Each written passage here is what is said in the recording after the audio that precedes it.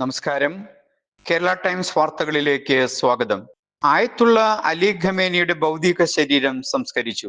ഇറാന്റെ പരമോന്നത നേതാവ് ആയത്തുള്ള അലി ഖമേനിക്ക് ആദരാഞ്ജലികൾ അർപ്പിച്ച പതിനായിരങ്ങൾ. വൻ സുരക്ഷാ സന്നാഹങ്ങളുടെയും നാടകീയമായ വൈകലുകളുടെയുമാണ് അദ്ദേഹത്തിന്റെ വിലാപയാത്രയും സംസ്കാര ചടങ്ങുകളും പൂർത്തിയായത്. ഷിയ പുണ്യകേന്ദ്രമായ മഷ്ഹദിലെ ഇമാം റിസ പള്ളിയിലാണ് അദ്ദേഹത്തിന് അന്ത്യവിശ്രമം ഒരുക്കിയത്. ഇറാനെ കണ്ണീരിലാഴ്ത്തിയ വിടവാങ്ങൽ ചടങ്ങുകൾ നിശ്ചയിച്ച സമയത്തിൽ നിന്നും 8 മണിക്കൂറോളം വൈകിയാണ് നടന്നത്. സാങ്കേതിക കാരണങ്ങളാലും സുരക്ഷാ ക്രമീകരണങ്ങളാലുമാണ് ചടങ്ങുകൾ വൈകിയതെന്നാണ് സൂചന.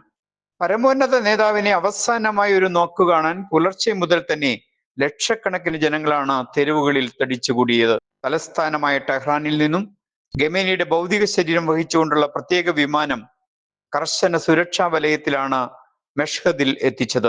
വ്യോമസേനയുടെ യുദ്ധവിമാനങ്ങൾ അകമ്പടി സേവിച്ചുകൊണ്ടായിരുന്നു ഈ വ്യോമയാത്ര. രാജ്യത്തിന്റെ പരമോന്നത നേതാവിന് നൽകുന്ന ഏറ്റവും ഉയർന്ന ഔദ്യോഗിക ബഹുമതികളോടെയായിരുന്നു ഇത്. 86-ാം വയസ്സിൽ കൊല്ലപ്പെട്ട നേതാവിന്റെ വിലാപയാത്ര കടന്നുപോയ വഴികളെല്ലാം പതിനായിരക്കണക്കിന് ആളുകളാണ് വിങ്ങിപ്പൊട്ടിക്കൊണ്ട് പങ്കെടുത്തത്. കറുത്ത വസ്ത്രങ്ങൾ അണിഞ്ഞ് ഖമേനിയുടെ ചിത്രങ്ങളുമേന്തി ജനങ്ങൾ തെരുവുകൾ കീഴടക്കി. തുടർന്ന് ഷിയ മുസ്ലിങ്ങളുടെ ഏറ്റവും വലിയ പുണ്യകേന്ദ്രങ്ങളിൽ ഒന്നായ മഷ്ഹദിലെ ഇമാം റിസ പള്ളിയിൽ ആചാരപരമായ പ്രാർത്ഥനകൾ നടന്നു. പ്രമുഖ മത നേതാക്കളുടെയും ഭരണാധികാരികളുടെയും സാന്നിധ്യത്തിൽ മതാചാരപ്രകാരമുള്ള ചടങ്ങുകളുടെ ഭൗതിക ശരീരം ഖബറടക്കി.